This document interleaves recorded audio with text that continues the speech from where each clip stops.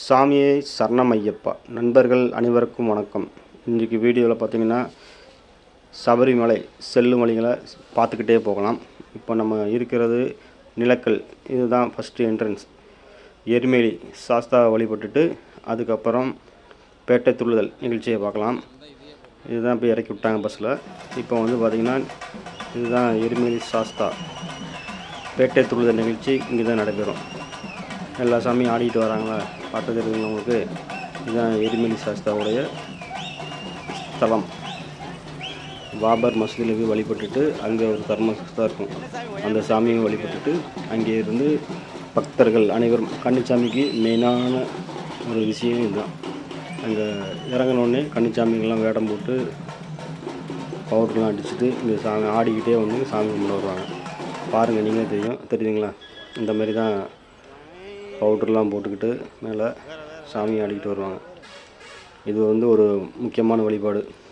எருமேலியில் போய் இது கண்டிப்பாக பண்ணி ஆகணும். அடுத்தது பார்த்திங்கன்னா பஸ்ஸு, நம்ம ஊர் ட்ராவல்ஸ் ஃபுல்லாக இதுதான். நம்ம தமிழ்நாட்டிலேருந்து போயிருக்கிறதுனால ட்ராவல்ஸ் பார்த்திங்களா. அதுக்கப்புறம் மலையேற ஆரம்பித்தாச்சு. எருமேலி டு நிலக்கல் வரைக்கும் பார்த்திங்கன்னா இப்படி தான் இருக்குது.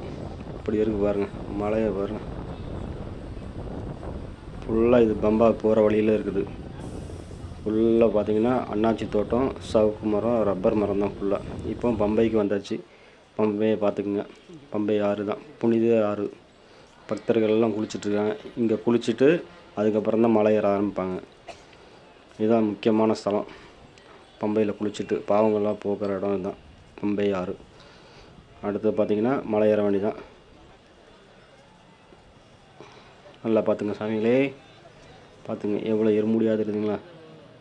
இது பார்த்திங்கன்னா சரங்குத்தி போகிற வழியில் இருக்குது. நீலிமலை, அப்பாச்சி மேடு, சரங்குத்தி தாண்டிட்டு இது வந்து பழைய சரங்குத்தி ஒன்று உண்டு. அதில் தான் இவ்வளோ கூட்டம், ஃபுல் க்ரௌடு. பம்பையிலேருந்து சரங்குத்தி வர வரைக்கும் கூட்டம் வர இல்லை. அதுக்கப்புறம் மரப்பாலம்னு ஒன்று சொல்லுவாங்க, அதுக்கு தாண்டி பார்த்திங்கன்னா ஃபுல்லாக லைன் தான். சரியான கூட்டம் சாமி. பார்த்திங்கன்னா கூட்டமே போக மாட்டேங்க, இஞ்சி போய் இஞ்சாக தான் போகுது. பார்த்து பொறுமையாக தான் போகணும். போகிற பக்தர்கள் ரொம்ப பொறுமையாக தான் இருக்கணும். யாரும் கோவப்படாதீங்க. நம்ம இங்கே சாமி ஐயனை தான் கும்பிட போகிறோம். ஆனால் நிறைய பேர் வந்து கோவப்படுறாங்க. கோவத்தெலாம் தவிர்த்துக்குங்க, அதான் நல்லது. ஒரு நாள் ஆனாலும் பரவாயில்ல, நம்ம நின்று தான் கும்பிட்டு வர போகிறோம். நீங்கள் முடிஞ்சால் கூட்டத்தில் அடித்து பிடிச்சி போகலாம், இல்லாட்டி பொறுமையாக நின்றே போங்க. அப்போ தான் ஐயன் அருளும் கிடைக்கும். மற்றவங்கள்ட்டையும் சண்டை போடாமல் நம்மளும் வந்ததுக்கு நிம்மதியாக சாமியை கும்பிட்டு வரலாம். போகிறது வருஷத்துக்கு ஒரு நாள் தான்.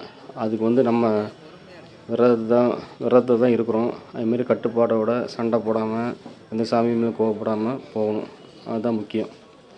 ஓகே, இப்போ பாருங்கள், ஐயனை பார்த்து வந்தாச்சு. இதுதான் சபரிமலை 18 படி. ஐயன் அங்கே தான் அமர்ந்துருக்காரு. இதை பார்க்குறதுக்கு தான் நம்ம இவ்வளோ கஷ்டப்பட்டு வரோம். இத்தனை நாள் விரதம் இருந்து அந்தளவுக்கு வரமோ அந்தளவுக்கு பொறுமையாக இருக்கணும். ஓகே, சாமியே சரணமையா. சாமியே சரணமைப்பா. அடுத்த வீடியோவில் சந்திக்கலாம். பாய்.